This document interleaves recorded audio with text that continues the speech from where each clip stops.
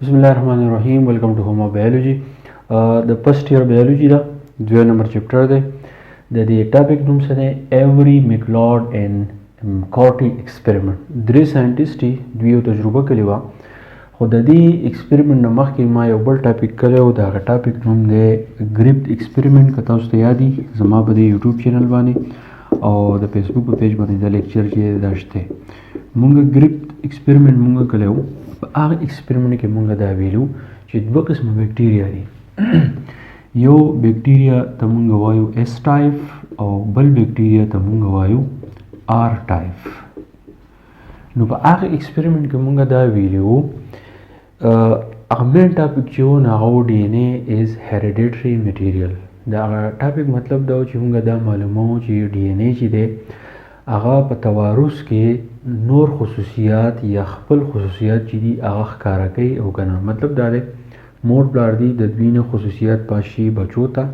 که فرض که په دې ډي ان اے کې داسې یو حصه ده چې هغه د بیمارۍ سبب جوړیږي او دغه ډي ان اے دا حصه چې دا بل لیوینګ ارګانیزم ته پاس شوه، نو آیا دا بیماري په هغې کې کاز کوي او که نه.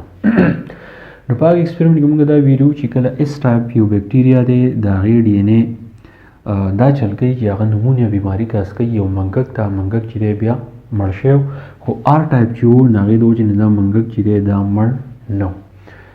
نو په هغې کې مونږ دا ووی چې اس ټایپ او آر ټایپ چې کله مونږ مکس کوو نو ډي ان اے د وجې نه هغه نمونیا بیماري چې دا منګک ته پاس شو چې دی بیا مړ شو. نو باید کې دا خبره مونږ دغه کړه چې ډي ان اے چې دی هغه هیریډیټري میټیریل دی. خو د ګریفت د ایکسپریمنټ نه بعد یو درې ساینټیسټ نورو هغوی دا خبره چې د بل شان کړله. پکې یو ساینټیسټ ایوری دی، بل میکلارډ دی، بل میکارټي دی. هغو څه خبره کړله؟ هغو د بکټیریا باره کې دا خبره کړله چې د بکټیریا چې کم ډي ان اے دی، فرض که مونږ ډي ان اے حصه مونږ والو، فرض که دا زموږ سره یو ډي ان اے دی، ټیک شو، دا زموږ سره د یو بکټیریا ډي ان اے شو فرض که.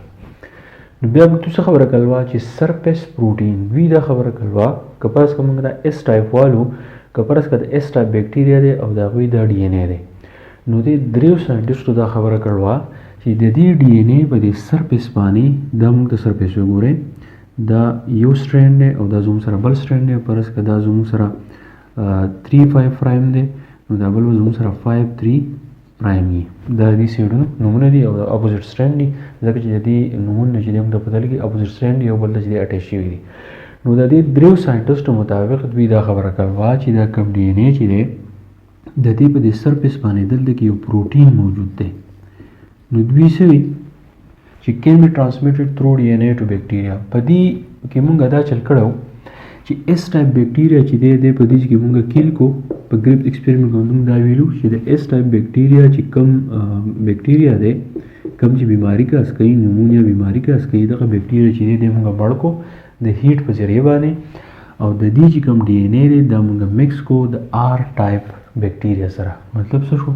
فرض کا دا زموږ سره اس ټایپ بکټیریا ډي ان اے دی، دی مونږ مکس کو د چا سره؟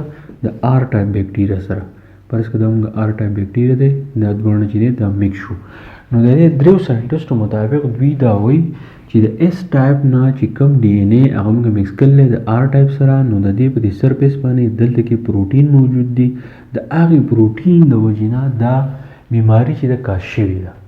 نو دوی دا چل وکړو چې د ګریفت کوم ساینټیسټ دی د هغوی خبره چې دی غلطې ثابتولو کوشش وکړو، ځکه چې ګریفت دا ویلو چې د ډي ان اے د وجې نه نمونیا بیماري چې ده هغه پاس شوې وه او هغه ډي ان اے چې دی هغه د آر ټایپ بکټیریا سره مکس شو، نو هغه په دې منګک کې نمونیا بیماري ولګوله او دی مړ شو. خو دا درې ساینټیسټ وایي چې نه، د اس ټایپ ډي ان اے چې کله پاس شو او د آر ټایپ سره موږ مکس کو، نو د اس ټایپ بکټیریا کوم ډي ان اے چې دی د دغه ډي ان اے سره سره یو پروټین راغلی، هغه پروټین د آر ټایپ بکټیریا د ډي ان اے سره مکس شو او د هغې پروټین د وجې نه چې دی نمونیا بیماري ولګېده او دا منګک چې دی دا مړ شو. نو دا شارټ ټاپک دی.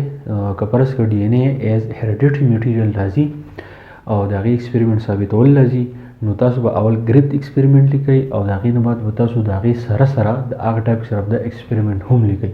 دا بالکل شارټ دی. هغه مخکینی چې دی لږ په تفصیلو، بیا به دې بس یو بل ایکسپریمنټ انشاءالله زه به بل لیکچر کې چې دی هغه اپلوډ کوم چې تاسو به چې دی په صحیح طریقه باندې پوه شئ. صرف د دې دریو ساينټسټو باره کې دا خبره یاد ساتئ چې دوه خبره کړې چې په دې منګه کې نمونیا بیماری چې لګېدلې وه هغه د پروټین د وجې نه چې دی لګېدلې وه صرف د دې دریو ساينټسټو د ایکسپریمنټ مقصد چې دی دا انشاءالله به دې پسې بیا کوم بل ایکسپریمنټ چې دی او بل لیکچر کې اپلوډ کوم که به دې پوه شوي نو خپل فیډبیک ضرور راکړئ. تھینک یو ډېره مننه.